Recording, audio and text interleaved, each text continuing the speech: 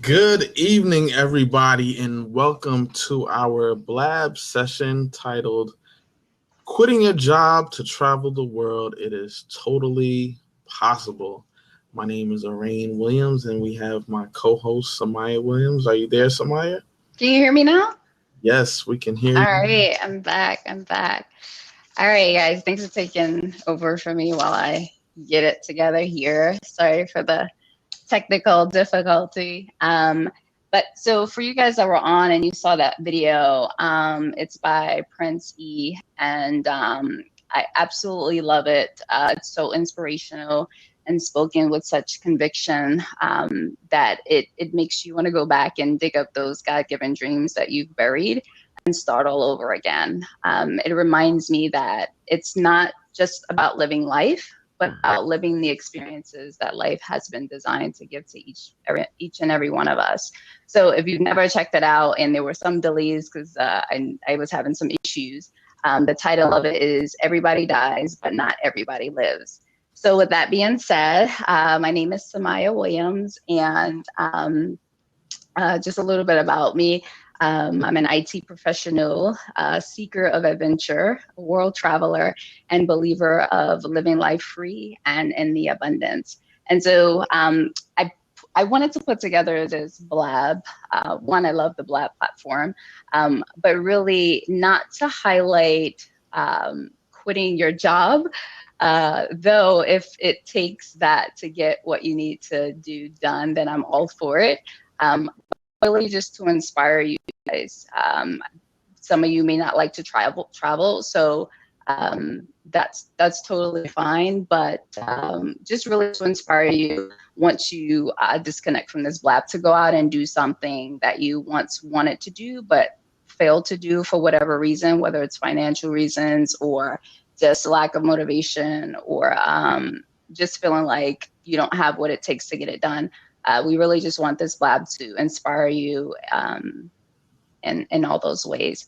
So without further ado, I'm going to turn it back over to my co-host, Orain Williams, and he is going to tell you guys a little bit about himself. Greetings, everyone. Like Samaya said, my name is Arain Williams. No, we are not related. We actually went to college together, and Williams is a common last name. But for those of you who may not know me, I am an entrepreneur. I started a business called Brand New Motivations, where I work with youth, high school, college students, do a lot of public speaking, conferences, workshops, seminars, and such. And from a professional standpoint, I also manage a team for a very rather large client. I am new to the BLAB platform. I'm very excited to talk about this topic of traveling. I've traveled a lot myself. I enjoy traveling, and our guest is a phenomenal young woman who is going to talk about her experience in which she encountered last year. So for those of you who may be new to the BLAB platform, we just kind of want to tell you a little bit about it, give you some basic tips to help you out. So I'm going to share something with you. How does that look, Samaya? It looks good. If you could just zoom it in a little bit. All right, hold on. All right, so just some blab housekeeping to make you guys have a successful blab session. If you like what you hear or are in agreement with whatever myself or Rain or even Natay is speaking, go ahead and clap on those or click on the hands next to down in the right hand corner of each screen. That's just to give us our props. Yeah, go ahead, take it. So there is a chat box. Please use it to have questions, comments. If you have a question, use the backslash in the queue before you type your question, so we ensure that your question makes it to our host queue. We want this to be as interactive as possible. We do have some questions lined up, but we do want to take questions from you guys, the viewers, and later on in the blab, we're going to allow someone to come in the hot seat so you could call in and be live with us and ask your question of either of us. Okay.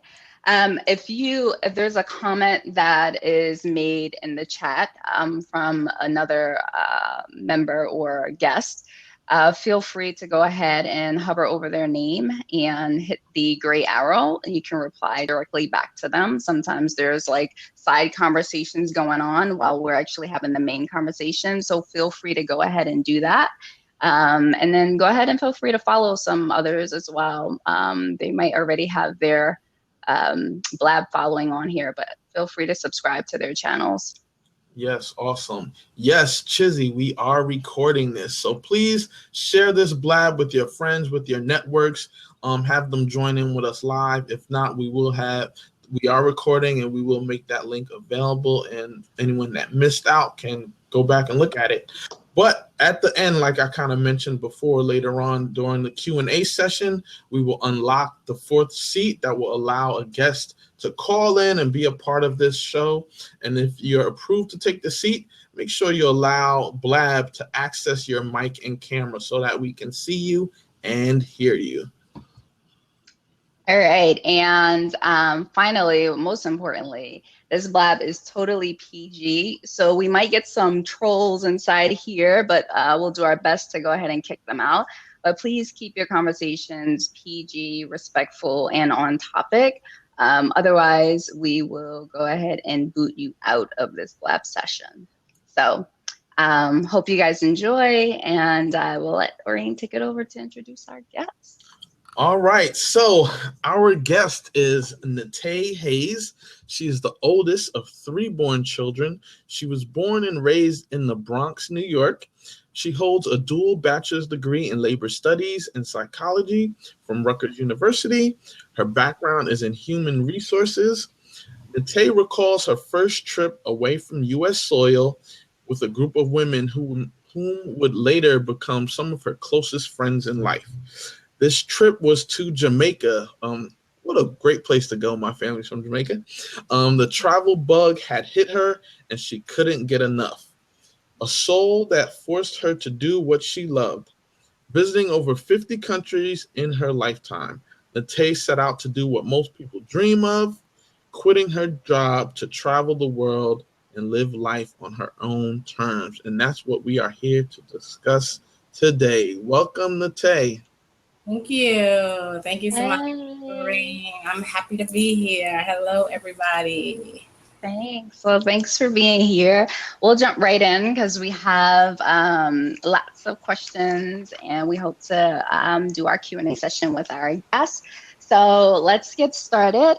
Tell us, when exactly did your journey begin, and what was the inspiration or motivation behind quitting your job and deciding to travel the world over 7 to 8 months? So my journey actually began October of 2014, and I did travel the world for approximately 7 months. The inspiration may sound a little funny, but it's my truth, right? So I quit my job. I was 32 at the time. I was single. And I knew that by the time I came back, I'd be 33. And so my plan, I sort of planned my life out like far in advance and stuff like that, crazy stuff. My plan was actually to come back and, have children, be married. So I'm like, before I even get there, this is what I'm going to do. I'm going to be as selfish as I possibly can. And I'm just sort of going to live my life before the children came, before the husband came. And that was it. I think the second leading factor into me deciding to quit my job was my thought process in looking at my vacation days. I was, working at the Delivery Science Center. I might have had about 4 weeks of vacation or whatever. And I said, well, there's about 20 countries that are on like the top of my list. I can take the next 5 years to get to them with my, vacation time, or I can quit and condense my life into like 7 months. So I decided to quit and condense my life into 7 months, as opposed to, doing things on somebody else's time. My time is my own. My time is very precious to me. Why should I sit around and allow somebody to dictate to me where I can go, when I can go, and how long I can go, because I might have gone and I might not have wanted to come back, right? So between my age and my goals in coming back and knowing sort of what it is that I wanted to accomplish and achieve, and just sort of condensing my life, realizing life is short, you gotta just live it. Those are my two aspirations and inspirations behind deciding to quit my job and travel the world for 7 months. Awesome. Awesome. All right. So, Natay, I can't see you. Samaya can't see you, but everyone can see you. But I can see you. Okay, I can see her. All right, maybe. Really? All right, so kind of the way we broke this up is to kind of 3 different kind of categories, I want to say. So we want to talk about the preparation, we want to talk about the experience, and we want to talk about the outcome of this journey that you took. So in starting with the preparation, how did you financially prepare for such an extensive trip? All right. Good question. And I have some notes that I jotted down because for the listeners, I wanted to make sure I didn't skip anything. Probably the most important question, right? Before I was taking my journey, I was like, how much do people spend on this? And how much is it really feasibly going to cost? And I found that people would say they did it, but nobody would say how much they spent. Nobody really wanted to share the finances. So I'm going to share my finances. Well, the first thing that I did was I had to figure out how much could I survive on a daily basis in some of the countries that I wanted to go to. And because I was traveling for so long, my budget was, a little short or smaller than had I been traveling for a short amount of time. So here's a really good website for those of you taking notes. It's actually www.priceoftravel.com. Or you can simply Google like travel indexes. They'll tell you approximately how much American dollars you can survive with in another country. So my estimate was about $50. I saw that I can survive in most of the countries that I wanted to go to for roughly $50 a day. And this would include my food, transportation within the country, be it cabs or buses. This would also include my lodging accommodations. So I should also back up and say I was a backpacker. So backpacker meaning very frugal. I wasn't staying in 5-star hotels at all. My budget for the night for hotels, I did about $15 because I saw the places that I went. Most of them were in like Asia where the dollar goes very far. And I can stay at a nice, decent spot for $15 a night. So that was fine. So with that, I saw if I can afford to do $50 a day at 31 days out of, 31 days in the month, that's roughly about a $1,500 budget. So I gave myself a cushion saying, all right, $500 just in case I go over, something happens. So I said my average monthly budget, I didn't want to spend over $2,000 a month. So over 7 months, that's about $15,000. Most people could do a lot cheaper. I was in Nepal and I decided, hey, I'm going to fly over Mount Everest. That cost me like $200-300. I was like, I'll never be in Nepal again. So while I'm here, I'm going to take advantage of these opportunities. So right. I created a cushion to be able to, factor in things of that nature. Most people, they can eat a little bit cheaper. Me, I was finding myself in like 5-star restaurants. Not 5-star hotels, but 5-star restaurants. I mean, like kind of most people are like, eating on the street. And I'm like, oh, I don't know if my stomach could take that. So I budgeted for that. So roughly $2,000 a month, like I said. So overall, my trip cost, it was certainly less than around $18,000, I want to say. I definitely didn't spend over 20 grand. And some people are probably saying, oh my God, that's so much money. That's so much money. But I'm going to show you, some things that you can do. And if you wanted to go for a shorter time, you would figure it out. So the amount that you want to spend or the amount that you could spend on the trip, it certainly depends on one, how long you want to go. If I went for a short amount of time, I can certainly have spent, my budget would have been a little bit smaller. Any type of scenarios, I could have changed my budget from higher or lower, but I was very comfortable with that. So let's see. The other thing I did was couch surf. how to, decrease your budget. So my monthly budget for hotels at $15 a night was about $450 for the month. So I said, okay, if I can couch surf, and if you don't know, couch surfing is staying with a local, typically a stranger that you probably don't know, on their couch or their bed if you're lucky enough. But it's really cool because you get to travel the country for free and you have a local that's now taking you around. So if you're not really scared of strangers, it's an awesome thing to take advantage of. And like I said, that's free. So I figured, if I could do couch surfing at least 2 weeks out of the month, that would cut my $450 budget into roughly $200 or whatever, $225 a month, right? So there we go. We're talking about decreasing expenses. And again, if you're a really cheap food person, you can get by on so much less. So I started out there. I knew exactly how much I wanted to spend. So my budget determined which countries I was going to go to.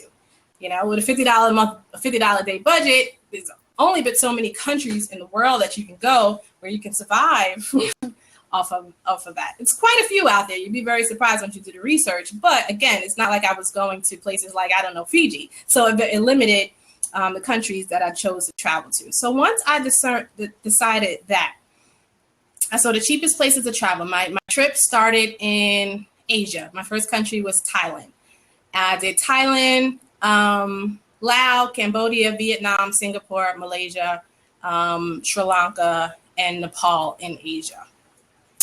And so from those countries, because those were the cheapest countries, again, I was able to determine the route. Okay, so most people do the Southeast Asia hub. Like I said, Thailand, Vietnam, Cambodia, really cheap to travel to. You don't need a flight. You can to go into any of the countries, so you can travel overland. So I had the route. My next thing was determining the weather. So, where do I want to go and what type of weather do I want to encounter? So I wanted it to be springtime or summer everywhere I wanted. So again, those type of things limited where I can go. So still sticking on finances. Stay with me here. So for the people that say, well, how do I get what I needed? First, I will tell you that I do have a rental property. So that was a huge factor in allowing me to travel. While I was gone, I was able to rent out my apartment. And so I made $500 while I was traveling. All right, that's great for you, Natay, but what about us? We don't have a rental property. Great. So some of the things that my friends have actually done is they rent out their rooms through Airbnb. So they also make money while they're traveling. Or, I tell people, hey, if you have to get a second job, get a second job. I save for about a year and a half out. Or Uber. People do Uber on the side. So there are actually a lot of things that you can do to increase your finances so that you can travel. Keep staying with me. Finances, because this is all about how I financially prepared. So I wrote everything out for you. So the first thing I needed to do was to increase my income and decrease my expenses. And having planned for a whole year and a half out, I was really able to tackle the numbers. In decreasing my expenses, I may have turned off my cable. So my friends are coming to my house. They're like, say, well, why is your TV not on? I'm like, hey, I'm saving up my world for a year and a half out. So the cable's off. So right off the bat, I saved myself like $50 a month. My cable's really cheap anyway. I don't even watch cable. Then I took off full coverage off my car. So that was probably about another $100 or so. So that's almost like $130, $140, $150, let's say for even purposes. Then there was other places I found that I can cut back. What else did I do? So my car insurance, my cable. There was something else that I did. I just cut out eating out a lot. I really put myself on a strict budget. I wasn't, shopping a lot. I said, this is what I need to go away, and this is what I'm going to save. So that's exactly what I did. There was one other place that, student loans. Everybody says, I have student loans. You put those big bad boys on hold. So I put those student loans, I deferred them, and Sally Mae was happy when I came back. She was happy when I came back. So you deferred them. That was another $150 out of my pocket that was going to somebody else that went to me. So that was an extra $225, $250, whatever a month. And so let's say you get a second job and you add on to that and you make, $50 doing a second job. That's an extra $500 a month that you have to save. Like, that's right off the bat. And I'm sure there's more people out there with more expensive things than me. Like, most people's cable bills are $130, you know? So you can take things off that way. I know I'm taking a long time. The other thing I want to say about finances, though, is the credit cards. What had helped me, because I had bought my house, is I was financing a lot of things on credit cards. So, but be responsible with it. Don't say be irresponsible. Certainly be responsible with the credit cards. I took out, most people, these are the questions that I get a lot. What credit cards did you take out? I took out an Amex Gold. I took out a Barclay card. I took out a Chase and a Chase Sapphire card. What this did was allow me to accumulate miles. I booked probably about 7 or 8 flights during my whole entire trip, and I only spent $1,200, no lie. Because my route, again, I was able to only do one ways, and I'm never really backtracking. And because of the amount of money that I spent, most of the cards will give you, you know, $40,000, $50,000 or 50,000 miles when you spend X amount a month and X amount in a certain amount of time. And so that's what I did. $1,200, a bunch of one ways. I had the receipts to prove it. My flight home cost me $15 American. I was like, oh my God, this is heaven. So, you know, when you do those numbers, and then you have a going away party. I had a going away party. My friends came. They love me a lot. Thank you, friends. I was able to buy a fantastic camera, and they gave me money. And most of that money went to buying stuff that I needed for the trip. So a tire, you know, my backpack, the shoes, and whatever else I needed. So that's the gig on finances. Awesome. So that was really detailed. Thanks. I wasn't expecting all of that, but you gave some good tips and I took notes too. So I'm going to be using some of those links. Let's talk about the family aspect of it, because you do have family here. So when you actually broke the news to them, like you're leaving for 7 months to travel the world by yourself, what were some of the responses that you received, and how did you deal with, if there were any negative comments? That's easy. There weren't any negative comments. My friends, my family, they know that I'm crazy. They know that there's nothing really that I fear. It's like, oh, well, anything can happen to you while you're in X amount of country. Well, anything can happen to me while I'm in New Jersey. Anything can happen to me anytime, any day of my life. So why stop living? In fact, because something can happen to me any day, any time of my life, that's more reason for me to live, you know, like there's no tomorrow, really, because we don't know, you know, when the time is going to come. So everybody was like, yeah, oh my gosh, that's so awesome. I wish I could do that. I can't wait for you to come back. I can't wait for you to share your story. So everybody was very encouraging. Sent a bunch of prayers and kept me in the prayers the whole entire time I was on my trip, and they checked in. People offered to give me money while I was traveling. So I don't think I had one person tell me that what I was doing was stupid or dumb or not going to work. And even if they did, I didn't care because my flights were booked and I was going to live my life. Right. You live your life and I'm going to live mine, right? Right.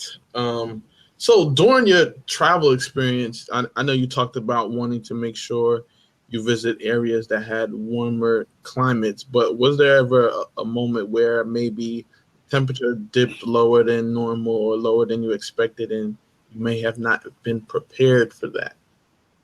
Absolutely, without a doubt. And I don't know how I missed it. I can tell you my trip in details from A to Z because I memorized it like the back of my hand. But by the time I got out of the airport in Nepal with my open-toed sandals and it was 10 degrees, I said, oh my God. Number one, it not only was it cold, but the electricity was off like 11 hours out of the day. Here I am with my backpack coming from 90-degree weather going to Nepal, and I had a couple of warm stuff, maybe like one pair of stretchies and one long sleeve shirt, or maybe two. And the whole entire, I was in Nepal for a week. The whole entire time I was there, I think I wore everything in my backpack. And I probably shouldn't say this, but I might have taken maybe like 3 showers because it was that cold and the water was freezing. So I literally slept in everything in my backpack. I walked around the streets and everything in my backpack. And at one point I was going to fly over Mount Everest. It was my birthday. And I was like, yes, I finally get to get out of here and get into the airport. It's going to have some heat. The airport was freezing cold. I was like, oh my God, there is no escape with any of this. So it was freezing in Nepal. I did buy some gloves and maybe a hat, but maybe some socks too. Other than that, it was miserable for the whole entire week. It was pretty miserable. Here's a photo of Natay in that backpack, just so you guys can see. That is the backpack. Yes, I travel with just a backpack and another small bag in front of me that had like my camera and my my little stuff, my passport, wallet. That was me crossing over the line to Jordan. I was coming from Israel, so I was literally walking across the border in Jordan, which is an awesome, awesome country.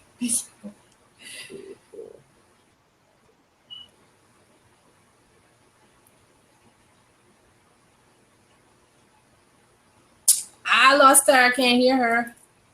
Yeah, we can't hear you, Maya.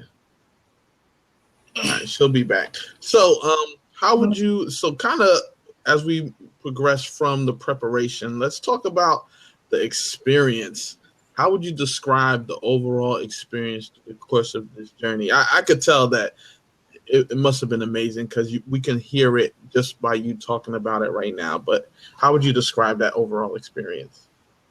Yeah, it's really hard to describe the experience in words. I mean, if I was on my last $5,000 in my bank account, I would take a trip of this nature. It doesn't have to be 7 months, but to get away from American soil or to get out of, what it is that you're used to on a daily basis, it's eye-opening. It's eye-opening, and to do it as a solo person, do it as a solo individual, you certainly break out of your shell. Not that I'm a shy person by any stretch of the imagination, but for those who are, it forces you to talk to other people. It forces you to find your way. I'm in the middle of Kenya and everybody's talking their language, and I'm like, I need to get to this bus. How do I get to this bus? So the experience is totally indescribable, but by far the most amazing thing I've ever and probably will ever do in my life, maybe outside of having children. Traveling is just, it's no amount of money that you can put on an experience such as this one. The friends that I've met, some of the foods that I've eaten, some of the things that I've did. I've been to the highest point in the world, Mount Everest. I've been to the lowest point in the world, the Dead Sea. From start to finish, even when it was driving me crazy, and don't get me wrong, there are a lot of challenges that you encounter, but it is certainly worth it. Awesome. We still can't hear you, Maya. So, what was one of the most surprising things you saw or got to experience during this trip? Most surprising? I'm not sure if there was anything that really or anything specifically that really surprised me. Every single moment is a new experience for me. Every day I'm living, breathing, walking, experiencing new moments, new people, new faces, new foods, new cultures, new dances, everything. So something that most surprised me, I really don't have anything specifically. I think all of it was extremely surprising and eye-opening. So I know you talked about there were challenges during your trip. And I think for most people who may visit another country, how did you deal with just the communication and the language barrier that you had to encounter in some of the countries you visited, especially trying to navigate? Yeah. That's a great question. People ask me that all the time. To be very honest with you, you'd be surprised at the amount of people that actually speak English. So it broke down a lot of the communication barriers that I had that were there. I think English is a universal language of the world, and most people, their culture, their country kind of thrives on, tourism. And that's sort of the main connection between tourism and people that come there is going to be the language and how you can get around. So for the most part, a lot of people did speak English. So for those that are thinking about taking this trip and wondering, how am I going to get around? I don't speak the language. You can get around. English, like I said, Google Translator is a fantastic app. I'm telling you, it works. Everybody understands hand signals, hand signs. They always work. And then there's always like a book or small words that I would jot down. How do I get here? How do I get there? Just sort of major words, major things that might happen. Restroom, 911, police, help. I need this, I need that. Pointing. And then you tag on to other people. Like I said, it'll totally break you out of your comfort zone and making you be like, hey, are you from America? Can you help me with And you'd be very surprised. A lot of people are more willing to help you than not. And they're pretty fascinated by, I guess, this whole Western American culture, despite what mass media would have you believe. And they're pretty welcoming, and they love for you to come into their country. How many times did you hear, do you know Barack Obama? Oh, yeah, all the time. How's Michelle? How's Malia? Sasha? Like, I guess they're good. And how's Obama, our brother? Yeah, great. Right. Let me tell you him. Yeah, exactly. All right, cool. So you mentioned that you were on a really tight budget throughout your whole entire time. So share with us some of your experiences with booking. I don't know if you did Airbnb, but I know you said you did couch surfing and some other ones. So share some of your most interesting stories or experiences. Oh gosh. Okay, so I didn't do Airbnb because I was out of my budget. I said $15 a night. And I did couch surfing. My most interesting experiences certainly have to come from couch surfing. One that stands off all the time is I was in Egypt. And I guess there are some places in the world where, your personal space is really not personal space, so it doesn't matter. And I was staying with a male, and his bed was here. And then when I got there, my bed was here. And then when I turned the corner, that was like the kitchen. So this was his whole entire house. I'm looking around like, I signed up for this, so whatever. I slept on the corner. He had a wedding to go to, right? I'm thinking, wedding? You see my backpack? I have T-shirts and stretch pants. What am I wearing to a wedding? So he gives me his ex-girlfriend's clothes, what happened to be hanging in a closet of his. And so I throw on his ex-girlfriend's skirt, shirt, and shoes that didn't even fit my feet. I'm dragging in the middle of Egypt, walking around with shoes that are certainly like 2 sizes too small for me. I mean, I had the skirt kind of fit. But those are the experiences that come from couch surfing, and like free, and just the experiences that you have, as long as you make it out alive, and you will. They're just priceless. They're priceless. I don't even know how else to explain them. I stayed in South Africa, and I had the best host ever. She took me all over the place. I'm rooftop, so I'm like, hey, rooftop, I'm a backpacker. I'm used to like eating on a corner. Now you're taking me to a rooftop? This is awesome. And I stayed with her for maybe like 2 or 3 weeks, and I legit cried when I left her.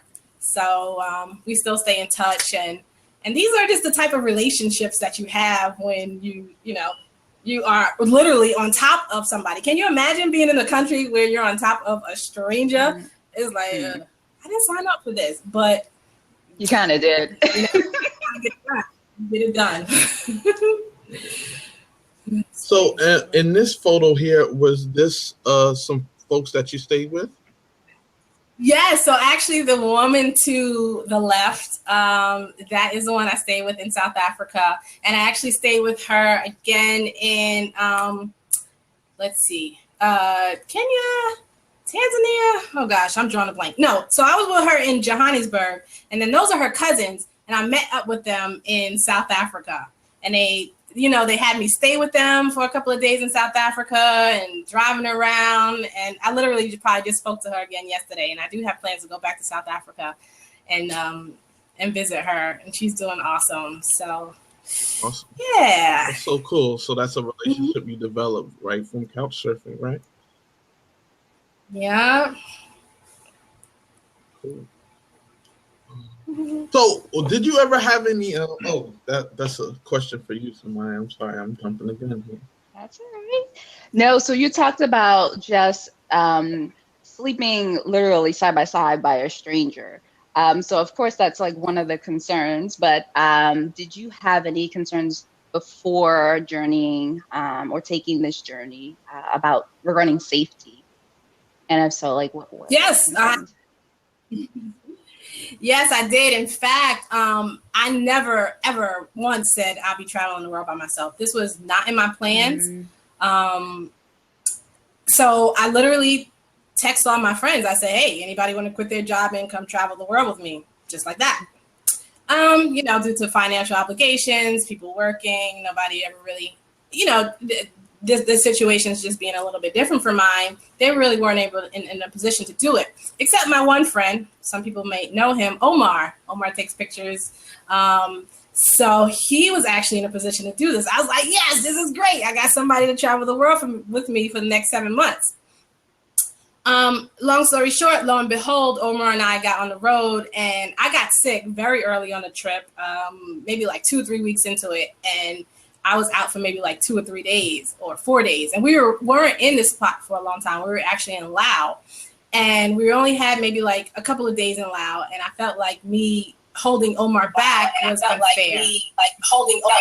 So I let him go. I said, you know what, I'll meet you X amount of time, or I'll meet you here, wherever. And we just kind of got up together and then fell back again and realized we had different traveling styles, and he wants to go to a museum or whatever, and I want to stay on the beach for the next month. And once you're on the road, I just realized it was impossible for me to even try to plan such a trip of this magnitude with another person. But I was too afraid to go by myself. I said, there's no way I'm going anywhere by myself. I've never traveled by myself before. So he left me, and I was kind of like, okay, now what? And then you figure it out. And so you figure it out. But again, for the most part, like, people are, they're more than willing to help. I didn't have a ton of scary moments. I mean, my bus did break down in the middle of Kenya, like at 6 o'clock. No, maybe it was like 9 o'clock at night because it was dark. And everybody's calling their family and friends, and they're getting off the bus. And before you know it, it was 30 people on a bus at once. And then it was like 2, me and another person. I'm like, I need to get somewhere. And I'm still like 5 hours away. I'm like, please help. And so you find people were really willing to drive me to my next destination. But thank God that bus actually turned off. So it was just me and the bus driver going to my destination. That was about another 5 hours away. So wow. Make do. Yeah. And I know during different parts of your trip, you have, friends meet up with you. Do you think that kind of helped you out as well? Yeah, I'm a real social person. This trip wasn't just for me. It was really for, people that I wanted to join. So I extended the invite. I said, hey, I'll be here. Come meet me here. So my good college friends, Nibby, she's on the line, Amira, Dacia, they all came to meet me out in we went to Morocco, so that was fantastic to be in the middle of, the Sahara Desert with friends, people that you've grown to love. It's just amazing. My best friend came out and met me in Thailand. So solo travel is awesome, and it's great, and it was good. But there's nothing really like sharing these fantastic moments with the people that you love and that you care for. So I was thrilled that they came out to meet me, and then they left, and then I cried because I was back to being me by myself, but then you kind of get over it. So sorry. What would you say was the, hardest or most frustrating part of the trip? Certainly was when I was in Sri Lanka. And no offense to anybody on the line, I didn't like Sri Lanka. I hated it. It was very frustrating because I stood out like you couldn't even imagine. And I tell a story all the time. It's like Beyonce being on stage and performing, and nobody's clapping for her. Everybody just stares. Can you imagine being concert where that happens. That's like weird. That's eerie. So the moment I got in Sri Lanka, I would walk down the street and there might be like one or two people, you know, on the street. By the time I got to the corner, there was families coming out. They're staring at me. They're pointing, never malicious, just out of curiosity. And as I traveled through Sri Lanka, I can see why. There was no type of diversity. When I saw somebody from Europe, I was like, oh my God, a European, hey. And I was so excited to see somebody that was not, you know, not from the country. Okay. And so I kind of knew why they were staring at me and where it came from, but it did not make it any less awkward. In fact, I had to hire a private taxi cab driver to take me around because he told me, I was trying to go for the bus one day. He said, just try. I said, okay, I'm gonna try, but if everybody's staring at me, I'm gonna call you and I'm not getting on that bus. So I remember specifically trying to get on the bus, and I couldn't even get to the bus that I wanted to go because everybody was looking at me. So I actually like hid behind like any type of silos that I could find. I said, oh my God, why? And so I was miserable. I couldn't wait to leave. I couldn't wait to get to the airport. It was just the most uncomfortable feeling in the world. And of course, you know, I'm traveling solo. So everybody's like, where's your husband? Why are you not married? So it made me a lot more vulnerable than somebody else that was not traveling, you know, by themselves. Most people were like, why didn't you say hi and wave? I was like, oh no, you don't want to draw no more attention to yourself than you already have. You know, Sri Lanka, very beautiful country. People are very beautiful, very gorgeous, but I couldn't stomach it. So I had to go.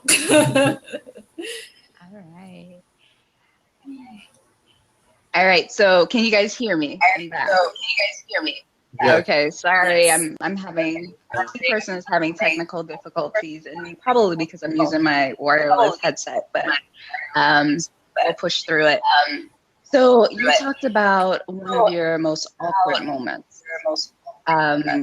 Share with us one of your most frustrating moments. Frustrating. Maybe it's the language barrier or... I don't know if I have a specific moment either, but I think, actually I do have a frustrating moment. One of my most frustrating moments, or one of a few, I've had probably a lot of frustrating moments. So I almost got kicked out of the bus in the middle of Egypt.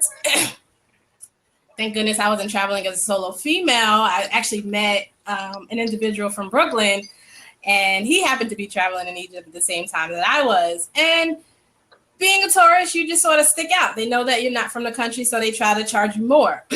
Ultimately, we found out that we was about to get kicked off the bus for not wanting to pay an extra $1.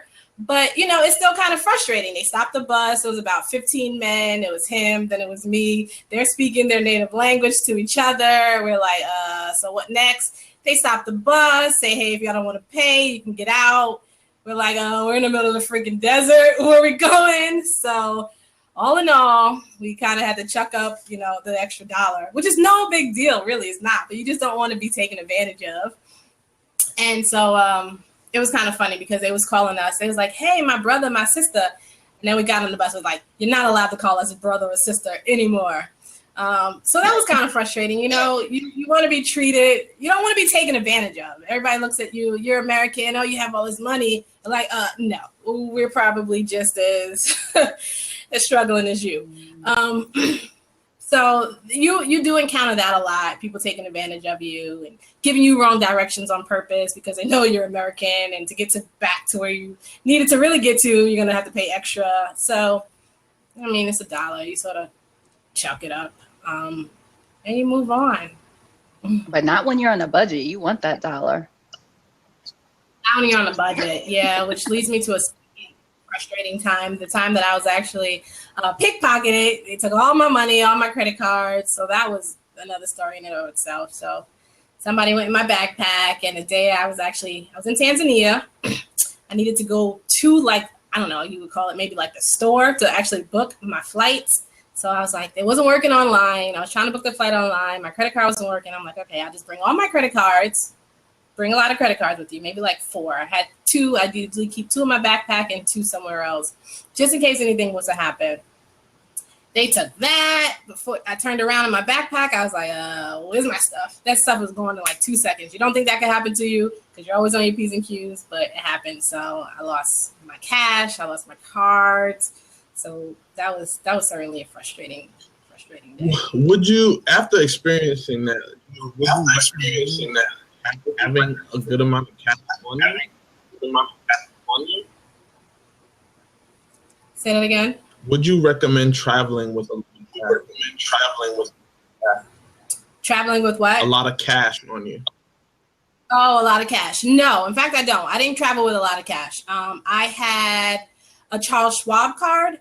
So Charles Schwab is very good. There's no international fees, so you can make withdrawals at any ATM machine anywhere in the country for free, and it'll give you their local currency. Can you guys hear? Yes, we got that. We heard you. Okay. So it'll give you their local currency. And so I would go to the ATM machine, probably just as much as I would go here at home whenever I needed money. I would go. All right, cool. So we're gonna transition to the impact, the impact of this trip, and then we're gonna get into the Q&A part for our guests. So, cool. Where is that? Where's that picture, Natay? Oh, haha. So that was in Vietnam, which is by far my most favorite country in the whole entire world. Wow. And you got to check out the sandals because when you travel for a long time, you're going to want to get a very comfortable pair of sandals. Those happen to be Novaterra. And I decided, I was like, hey, could you motorbike me to this country? So this city.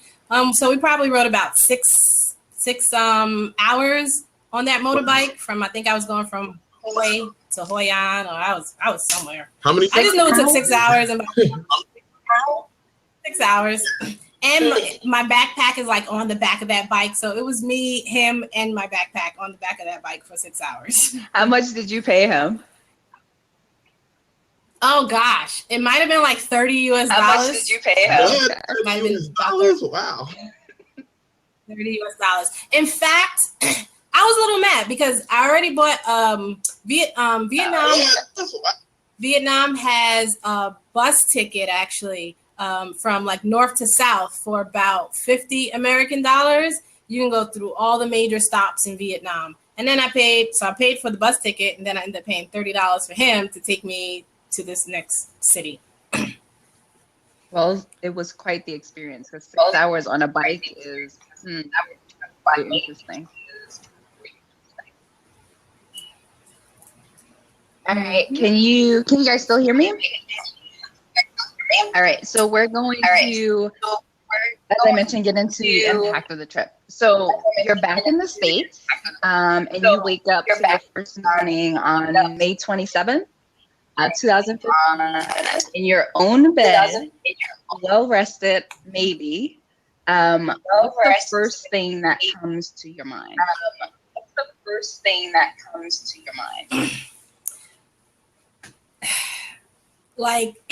Wow, did I really just do that? And the fact that I was planning it for so long and could vividly remember even the first time that I, caught my first one way, it's like, oh my gosh. So I really felt like I needed to go somewhere else. I was like, I'm going to go to California just to debunk and relax and really sort of take in my entire experience. But I didn't want to get on another airplane. So I was like, oh, okay, the heck with California. I'm not going anywhere. But it was like, wow. It was like, I really created this experience. I'm back home, being on the road, and nobody knew I was back because I needed some time to myself. So I probably let everybody know I was back maybe a week and a half, 2 weeks after I came back. Just sleep was also on my mind, my own bed, food. I wanted sweet potatoes when I landed. I was like, sweet potatoes. Yeah, I love sweet potatoes. I hadn't had sweet potatoes on the road the whole entire time. That's my favorite food. So it was just kind of amazing just to see it come to an end almost, because it's like I went through this, and I was also very happy to be home. Traveling for 7 months is a very long time. I was traveling super fast. 3 weeks in one country, 2 weeks in another week in one.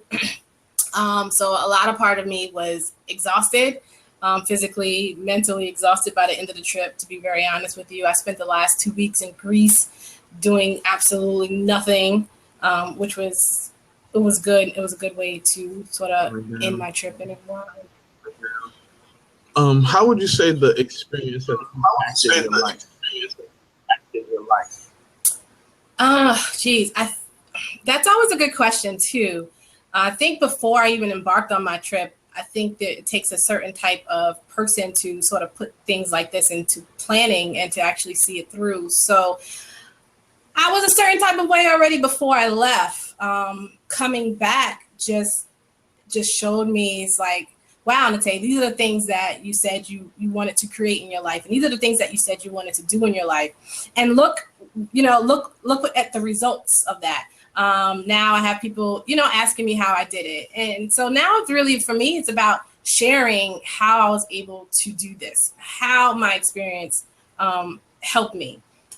And I think that's just the biggest sort of thing that I got from my trip and traveling. It's like the ability that I have and that we have collectively as people to create, the life that we sort of want to live, and to not live it by anybody else's standards. Our boss, that job that you hate, is like, what are you doing about it? Don't just wake up and complain every day. Your life is your own. Take it. This is not rehearsal. This is not a game. Live it. And don't have any regrets. So as you lay on the beaches of Zanzibar. Yes, that was Zanzibar. One of the best beaches I've ever seen in my life. That beach, the sand was literally that white. Like, you step outside and it blinds you. That's kind of that. It was an awesome place to be. That I was at that beach right after I got pickpocketed. So, I mean, it kind of makes all your worries disappear a little bit. And then you're reminded of the beauty that's also in the world. So it was a good place to be. Loved it.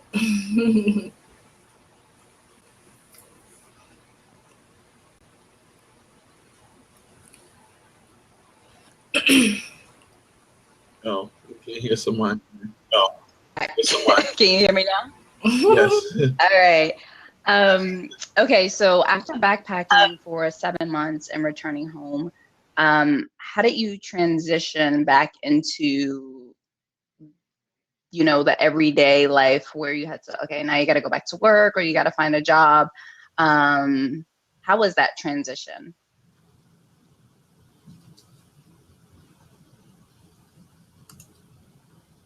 I think we lost Tay now. Oh no, we can't lose our guest. Can you still hear me, Elle? Yes, I can hear you. So we'll see. She might join back in.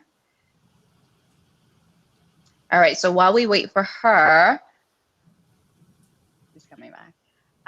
Don't forget, if you guys have questions, feel free to post them in the chat box. Started out with the //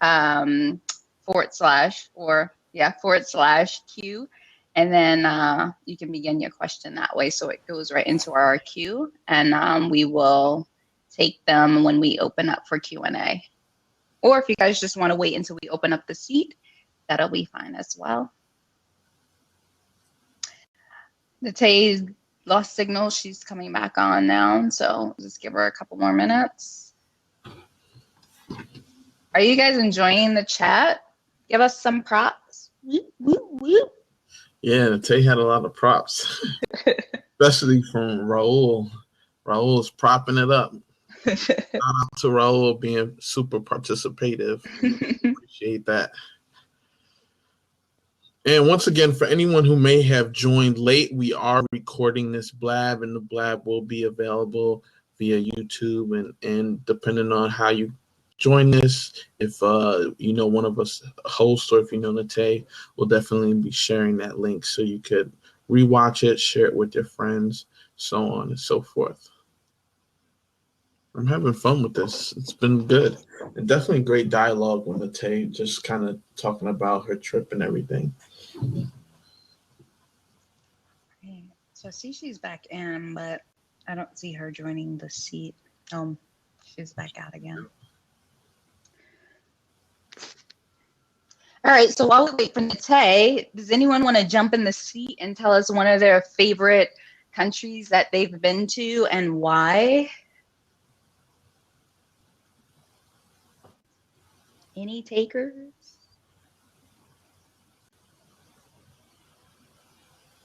I think we have a shy group here. Mm-hmm.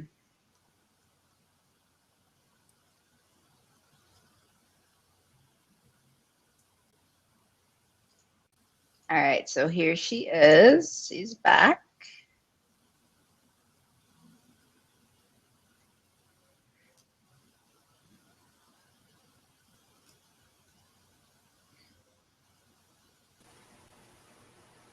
Hey. Back. Technology. No worries, it's your first time. It's like my 10th time, so. All right, so you were about to answer the question of the transition new experience. Like, how was that coming back from 7 months away and having to go back to work and, not that you weren't paying your bills, but, paying the bills and just the day-to-day stuff that you have going on here in the States? Yeah, I was actually very excited to come home, believe it or not. Yeah. Can you guys hear me? Okay. Yeah, believe it or not, I was very excited to come back home. One, because 7 months was my end. I knew that this would satisfy my entire traveling curiosity or quench. I just knew that this was the stage in my life that was eventually going to come to an end. I would want to come home, start a family whenever that may happen, and just go towards what's next. Traveling was awesome. It was great, the best experience of my life. But then I also had, again, before I left, what I wanted my life to look like when I came back, because that part would now be satisfied. And now I don't have to book a whole bunch of trips every 3-4 months. I can save a little bit more money. I also plan to come back and invest in real estate. As I mentioned, I have a house, so I'm actually under contract. I'm looking to close on another house. So that was a major reason I had to go back and get a job. But I did take the rest of the year off, and I probably went back to work in maybe November. And once you realize all your friends are at work while you're at home, you kind of get bored after a while too. So it's like, all right. So I want to buy a house. The bank is not really going to give me a loan unless I have a job. So whatever. Let me just go get this job, right? And so I had 8 offers. My background, like I mentioned, or like Orain had mentioned, is in human resources. And I had 8 job offers, so it wasn't hard for me to get a job. We can hear you. Yeah, you're back. All right, cool. So it wasn't hard for me to get a job at all. And now my focus is just kind of totally changed. Don't get me wrong, I love traveling, but I guess my next stage is to really travel with my children and my husband eventually, and buy some more houses. If I can live, without a job for a year, I could do this forever, and then I can show other people how to do it. Awesome. So, do you think after this? Oh, go ahead. So I know you had, several job offers, but do you think any different kind of offers came your way based on, this experience of, getting to travel around for several countries? So maybe, some kind of job outside of HR or anything, other opportunities? All I would look for was jobs in HR. They come relatively easy. This is what I've been doing forever. I would say because of my trip, they came easier. I never imagined coming back and having 8 job offers. And most people worry, what am I going to do when I get back? What am I going to do when I get back? That wasn't even a thought that had crossed my mind. I was like, I didn't even leave yet. Can I leave? I'll figure out what I'm going to do when I come back. And everybody was so interested in the trip. We started talking more about the country that I've been to than the HR, their HR department. I was like, oh my God, that's so great. Tell me about your trip. Tell me about your trip. Which is amazing. And it was a great conversation starter. And then you just start tying in, your global view of the world and how you can help the company. They want to hire you on the spot. And so that's what happened. And so it didn't really dawn on me to start looking for jobs outside of what it is that I did. I like HR. I enjoy it. I've been doing it forever. I can do it in my sleep. And so I just kind of hopped back into the field. But, you know, if I had the urge to go travel again, don't get me wrong, I would quit these jobs in a heartbeat. So say there's always, every time I talk to you, there's a question that I ask you every single time.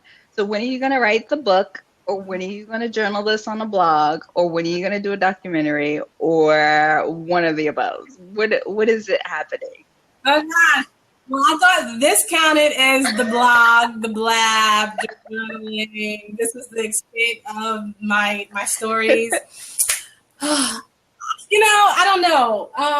I'm looking around my office because I have some notes here, or I had some notes. Oh, yes. So these are like all my receipts, like all the money that I used while I was abroad. And you know what? I said one day I'm going to go through all of this. And I've been back a year. That hasn't happened yet. So in my head, the idea honestly sounds good and it sounds great. But I don't know if that's where my focus is. I can't even fathom having to try to write a book. Like, travel was my life.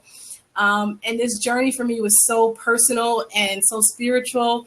To put that into words and to actually sit and kind of document how everything happened, it's honestly a bit much for me. So I don't know. I'd much rather just, if people have questions, hey, how did you do it? And I'd share it across that platform. So maybe one day the book will come out, but right now, to be very honest with you, I don't have any major plans to go back and write everything that I did. All right, I'll just keep asking. I don't know. No worries. All right, so before we get into the Q&A part, you want to ask her this last question, and you got to fill in the blank? Yep, so kind of a fill in the blank statement before we transition into Q&A. So the world is blank, or in this life, blank. In this life, you are a creator. And I've said that already, but there was nothing more striking than being in, I don't know, from Asia to Africa to, you know, in Kenya and Tanzania, and seeing the world on this large scale and magnitude. And it's really showed me the creations, you know. This world has been created via the people that are in it. They made this bed that I'm sleeping in right now in Egypt that I happen to be in, this skirt that I'm wearing. My trip, seeing it from beginning to end, I created that first in my mind. And so ever since I got back from my trip, and even before I left and during my journey, every day I woke up and I'm creating the life that I want to live. And so to everybody else that's watching out there, is like, you know, once you understand this power that you harness in creations, you begin to see life a little bit differently. So go out there and continue to create. And whether that's in traveling or anything, it doesn't have to be traveling. Traveling just happens to be a passion of mine. You know, the world needs more creators. It needs more doers, because people are looking at you. And then when they see what you've done, they know exactly what is possible for them to do. And then they go out and create. So that's what I would like to say. You know, be a creator. Awesome. Well, thanks, Tay. So we're going to transition into the Q&A part. We'll open up the seat if anyone wants to jump in now and ask their questions. Feel free to do so.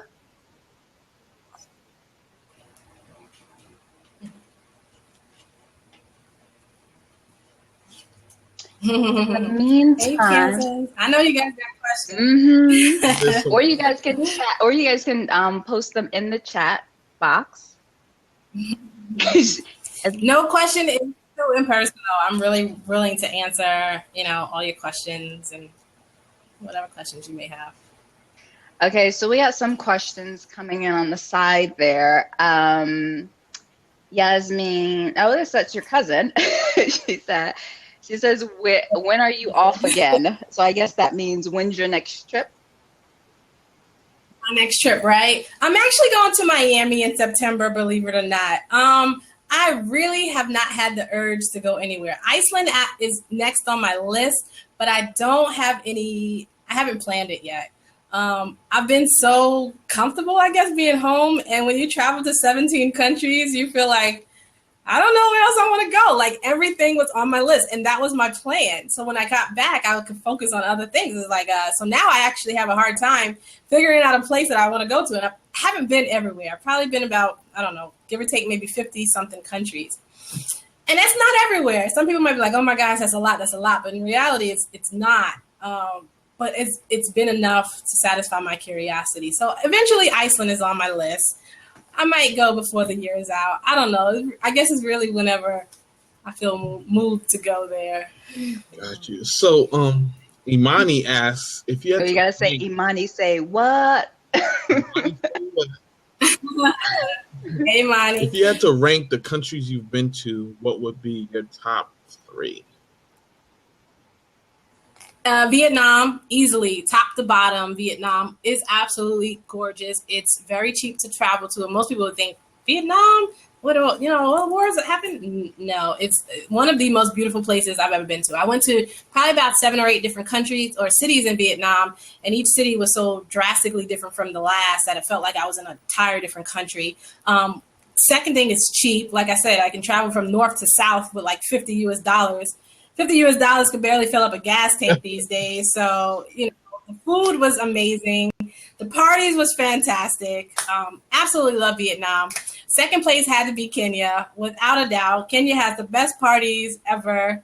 Third, India was nice. India might be a top 3. Also South Africa. So I really enjoyed South Africa. I mean, I really enjoyed Africa as a whole. I probably don't need to go to any other continent on the world. Totally loved Africa. Just felt so much at home there. It was beautiful and amazing too. So Sri Lanka didn't make the top 3? All right. Okay, so we have a question. What advice do you have for someone who is thinking of traveling around the world? To go. That is my advice. Get your butt there. If you're thinking about traveling, just go. There are some sacrifices you might have to make, might change your budget. You might have to pick up an Uber position.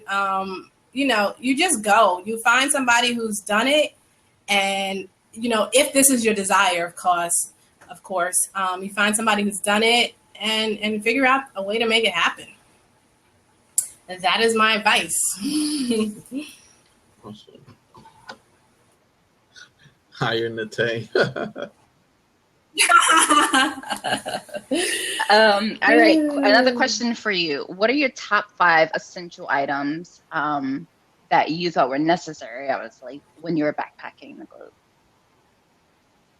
Hand sanitizer, my sandals. A lot of places, they don't really, think too highly of sanitation. So you definitely want to have, and that's probably part of the reason why I got sick very early on. Like people are really literally cooking food like on a street corner with a pot and a pan and some sticks.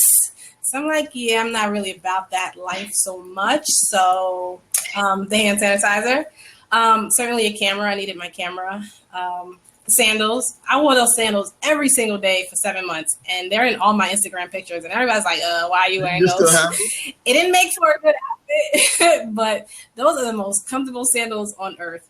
Packing cubes. Packing cubes made my life so much easier. I had about 3 packing cubes. When you're planning for a trip of this magnitude, they tell you to plan for only like a week's worth of outfits. Less is better because you're on the road. You can throw stuff out in the garbage. You can exchange stuff, pick up T-shirts here or there.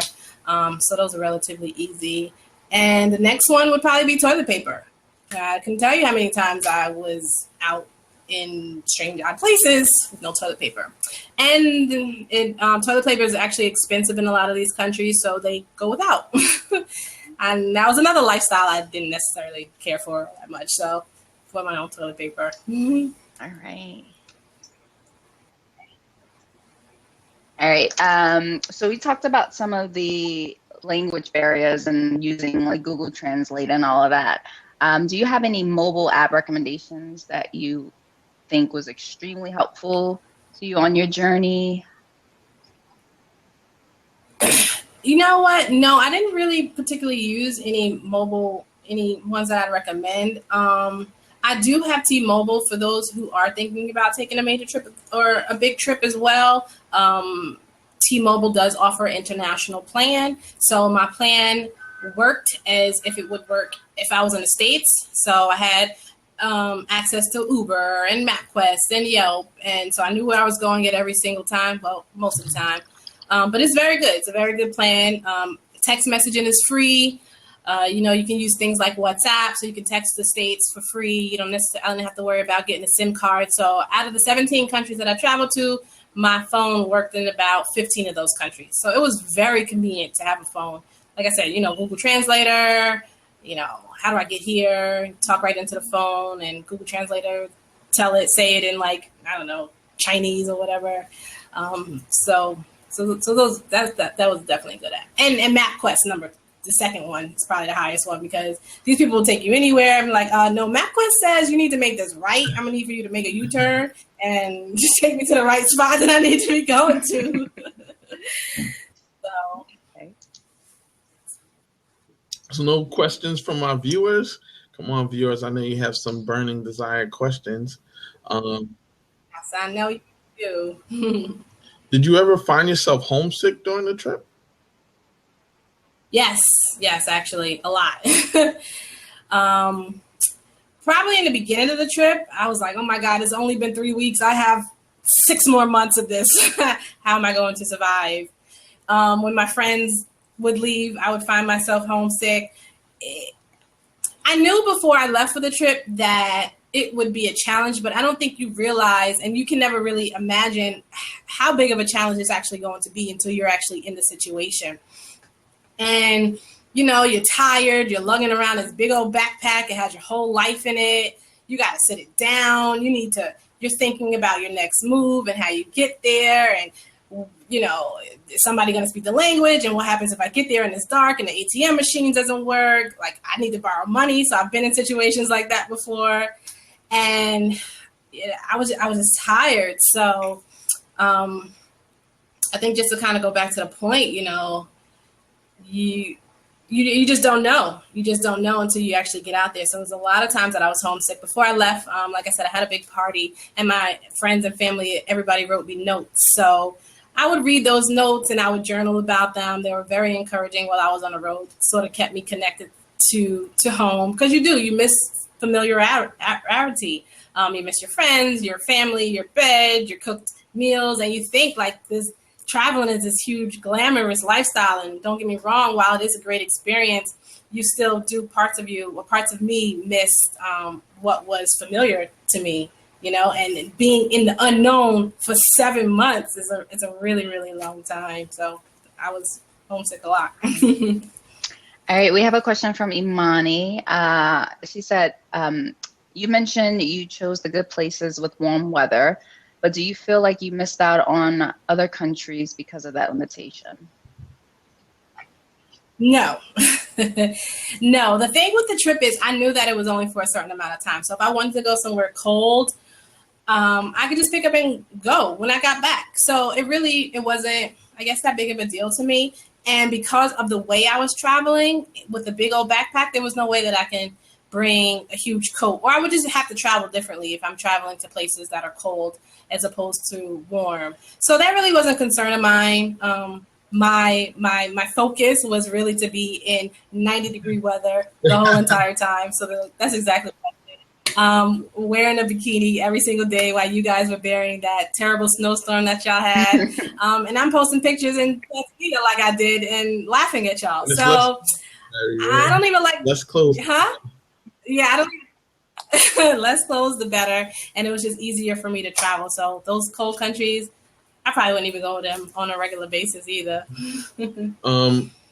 There was another question from Yasmin. So kind of, we had the same kind of question.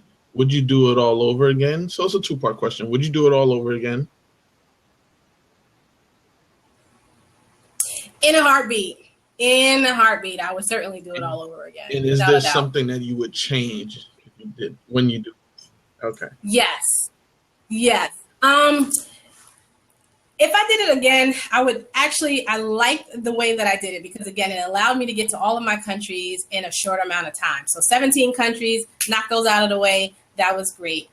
If I did it again for the second time, I would probably stay on one continent or one region for the whole entire time as opposed to traveling a lot as much as I did. Because, again, it got really taxing towards the end just because I'm moving, walking across borders, going over land, having to fly. So physically, it became draining towards the end just because I was doing so much and running through it so fast that I didn't really even have a time. I was in Egypt for 3 weeks, right? I said, yes, I'm in Egypt. I'm about to see all the kings, the pharaohs, the Sphinx, everything, you name it. By the time I got to Egypt, I was so tired. I said, if I don't even want to go see the pyramids, take a picture, send it to me. I don't care. And I slept in Egypt for like 3 days straight because I was so tired. So if I did it again, it would definitely focus. I might stay in like Africa for like 6 months and stay in different countries in Africa for maybe like 2 or 3 weeks and actually or 2 or 3 months and immerse myself in the language and the culture. Traveling also so fast, you don't really have so much time to get attached to people and develop relationships and actually immerse yourself in the culture that you're visiting. So I would travel a lot slower. Mm-hmm. So we have a question from Zoo Skills, I guess that's how you pronounce it. It says, hey, Natay, as a teacher, I'd like to travel for the 2 months or so I have off in the summer. What countries would you suggest in this shorter period of time besides Thailand, because I was already there with you? LOL. Hey, she did come to Thailand with me. See, suggestions are so hard because I tell people to go with what speaks to them. What would your budget be like? If you were asking me that question, I would say Africa all day, maybe Kenya. You can really do a lot in 2 months. It really depends on the type of traveler you are, what it is that you want to experience. I know most teachers, a lot of people during the summertime choose to go to Europe because the weather over there is nice.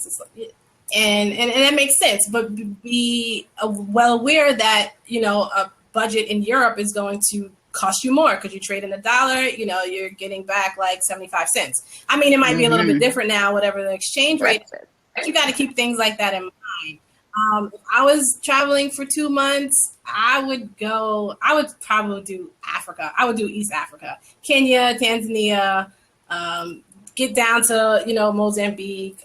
You might even be able to do South Africa in that time. But again, it depends on what you want to experience, how long you want to be in a country. I don't mind per se being in a country for a week or two or things like that. So, hey, can you share that website you shared earlier on that gives you kind of like what you can do with the budget in certain countries?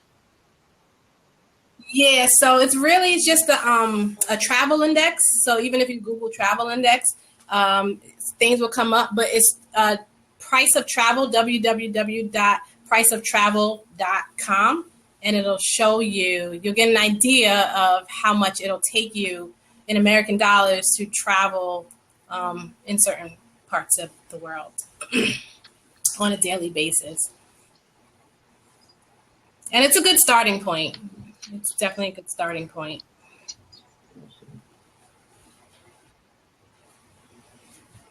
All right. Do we have any more questions, or is anyone ready to jump in the seat? All right. Evie Blue has a question. Have you ever considered tracing your roots and going to stay in that area for an extended period of time? I feel like a lot of people are actually doing that. What do you call the DNA test nowadays? Yes. I certainly have. My cousin on my dad's side traced it, and it was a country in West Africa. And we did trace it, and I want to say they said most of. Gosh, no, I can't remember the name of the country. It's actually slipping me right now. But my plan is actually to go stay in that country for some time. Maybe not too long. Maybe 2-3 weeks. But Africa as a whole, I love. So I'm certainly going to make sure I get back. No, it's not Benin. I can't remember the name of it. It's just slipping me right now. She's asking if it's a Benin. Awesome. That sounds good. Mm-hmm.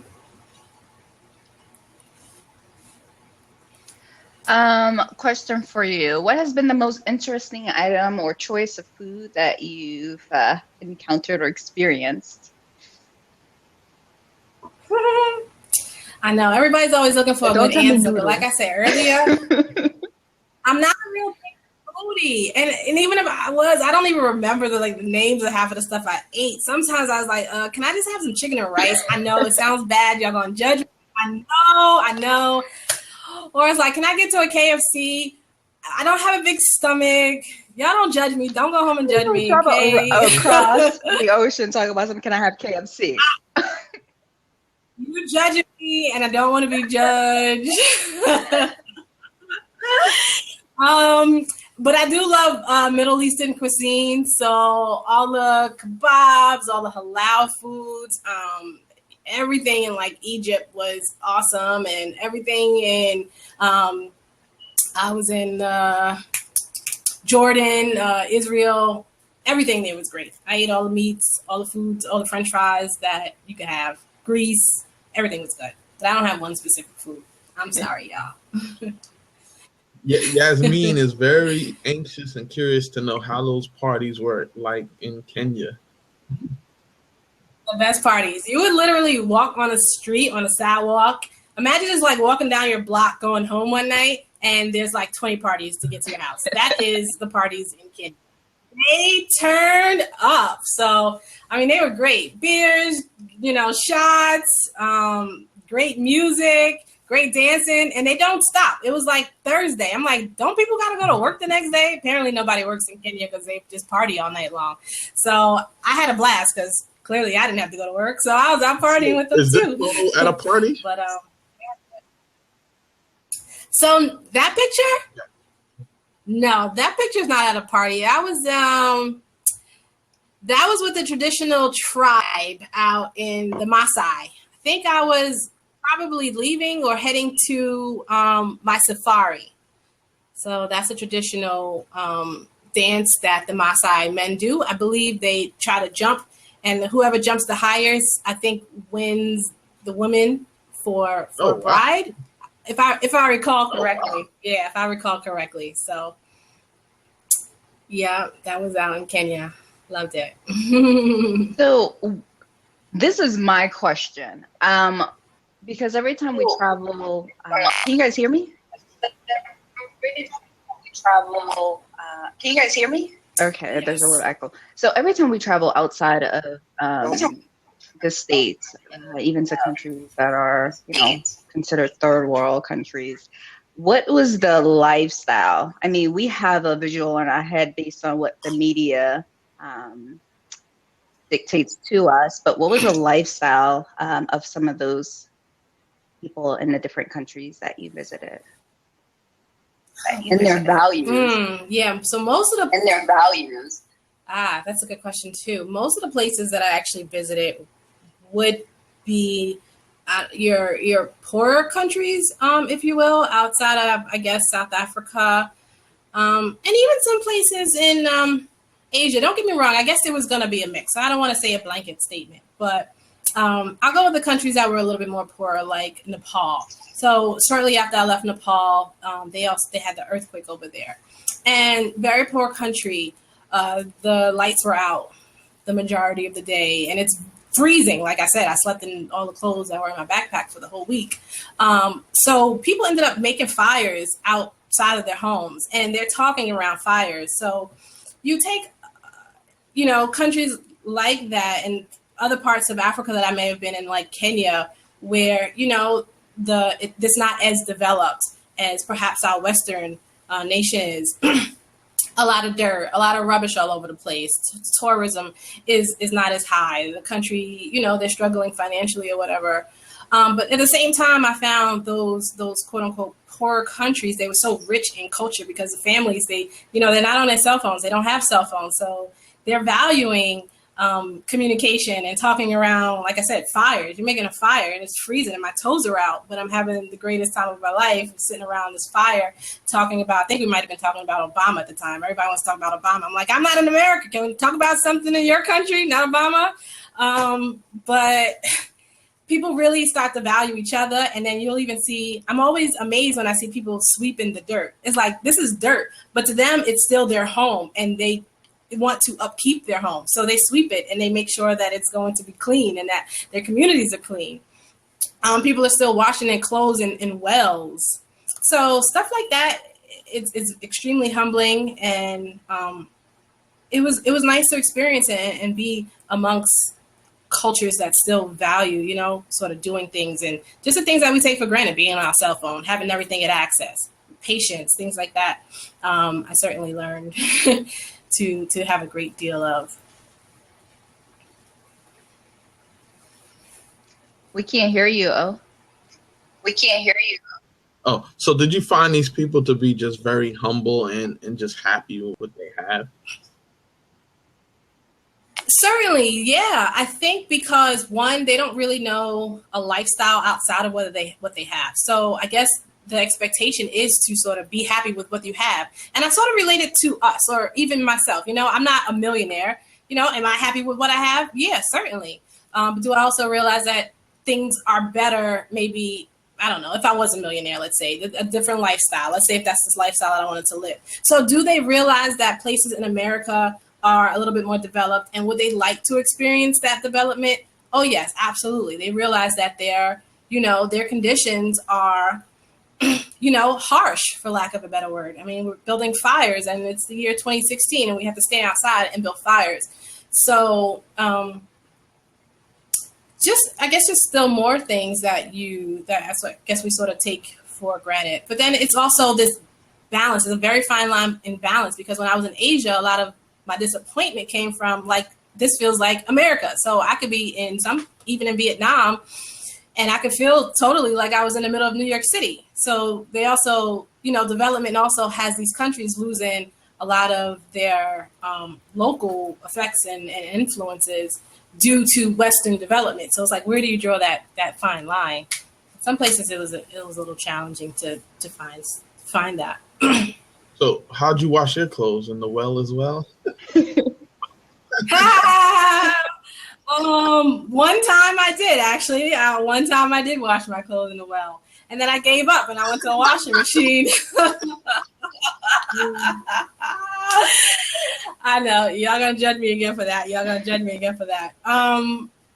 Buckets in showers, in showers, hang small buckets with a little bit of soap and over the sink sometimes if I had to.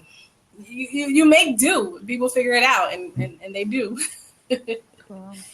There's a question for Evie. We'll take a couple more. A little over 9, so we'll take a couple more. Evie says, do you know of any traveling tribes that are centered around African American family? That's what it family. I'm not sure I 100% understand the question. So Evie, you need to jump in the traveling tribe so that we can clarify that question. So Evie, all right, we'll go to the next one until she jumps in the seat. This one's from Skills. Out of all the places you traveled to, are there any that you feel like you live permanently? The only place I would probably stand out would be South Africa, only because it's probably as close to the Western comfort of lifestyle that I'm used to. I had to leave Tanzania when I got pickpocketed because they didn't have Wi-Fi. And I'm like, well, I can't text anybody. I can't get my money out. I can't call the cops because my phone was dead. They didn't have no charges. I'm like, this lifestyle is a little rough for me. So I realized as much as I like traveling to those kind of places that are a little bit less Western, I can't live there. So South Africa would probably be the only one that stands out on my list, but home is home, like the States is home. So I don't really see myself living anywhere else but here, to be very honest with you all.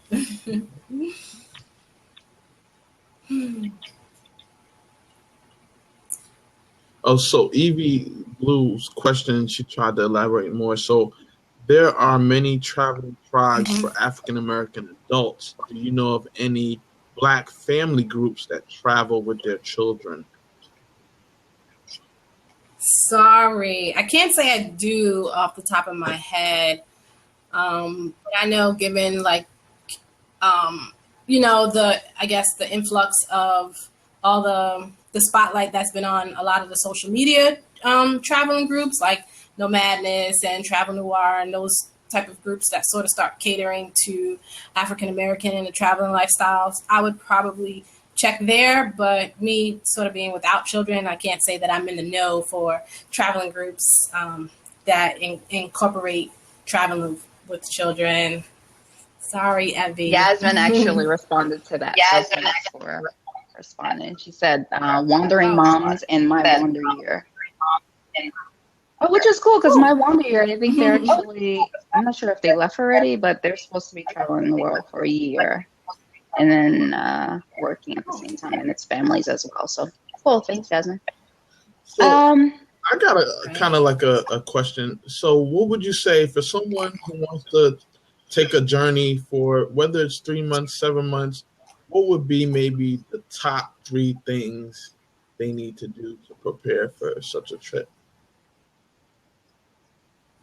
3 months. Well, first is you have to prepare financially. You know, me being away didn't stop my bills. I still had, if anything happened with my house, I was still paying for it. Like I have a 3-family house, so it was plenty of times I was on the road where this broke, that broke. But thankfully, I had my cousin here. She was able to take care of it, but she wasn't paying for it. So it was still coming out of my budget. I was still paying for my car insurance. I didn't realize I couldn't take that off. So they're like, you know, if you take off your car insurance, when you come back, you're going to be rated higher. So I was still paying for car insurance even while I was gone. And then if you decide to quit your job, like I did, you want to make sure that when you come back, you have enough, you can financially be able to support yourself. You know, that I guess that all goes without saying.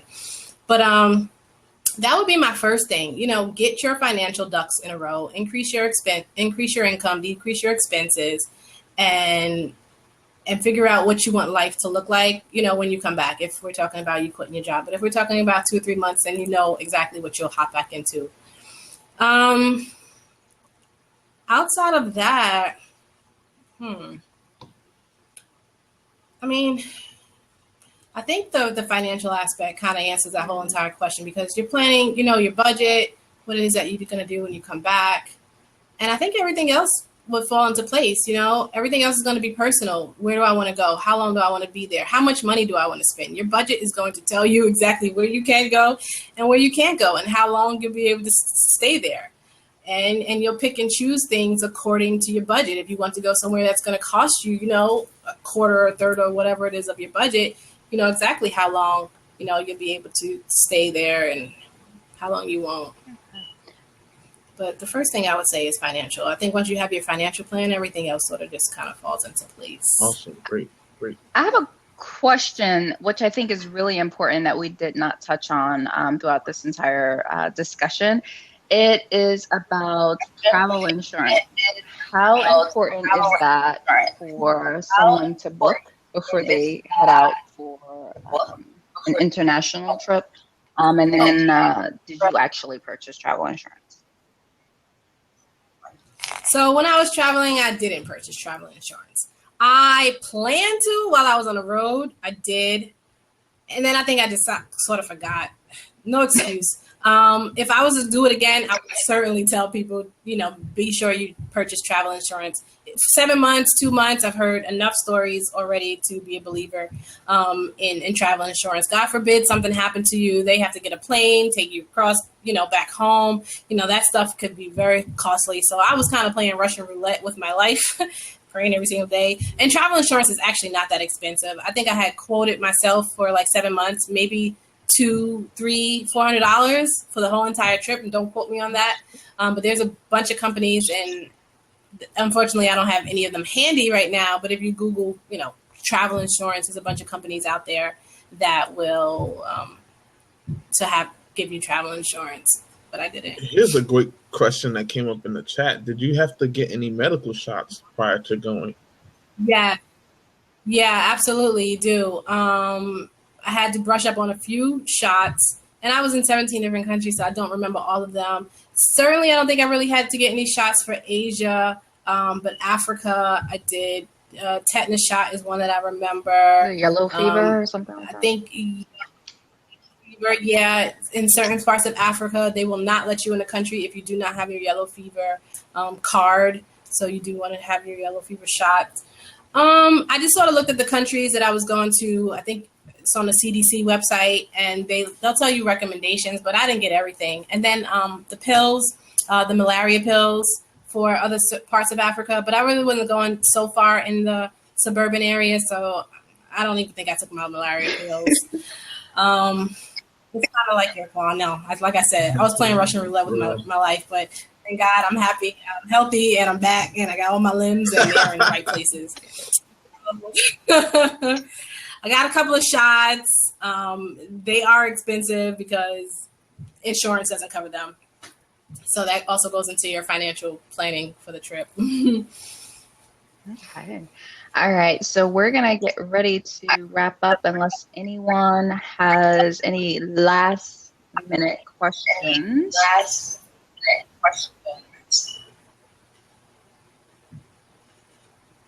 All right. Well, Natay, thank you for being our first guest. Your information is very inspiring, I know, to me, and I'm sure our guests would agree. They already want you back, so you may come back a second time. We'll see. But no, thank you so much. I'm always inspired by the chats that we have about your journey and just really about life. You're really awesome, and I know you for a very long time. So I'm glad to have you back in my life. Woo, woo. Back in my life. Yay. Thank you. Thank you for having me. Yeah, definitely. Thank you, Natay, for taking the time out of your busy, hectic, crazy schedule. And we were able to work through getting you all situated to kind of have a smooth show, although we had some ups and downs with audio and stuff like that, but I think everyone thoroughly enjoyed it. I know I enjoyed it. Great conversation. I think a lot of the guests got a lot of information out of it, and once this recording is available, hopefully others will watch it and enjoy it, and we'll see where things go from there. That would be fantastic. Thank you, Samaya, for having me. Thank you, Irene, for having me. Anybody has any questions, do not hesitate to reach out to me personally. I am Natay Hayes on Facebook, Diamond Stamps on Instagram, and I hope I have certainly inspired you guys to get out there and travel. If not travel, find other ways to live your life because it is truly short. So get out there and be amazing. What else are you going to do? Good talking to you all. Thanks, everybody. Have a great evening. See you soon. Bye-bye. Bye.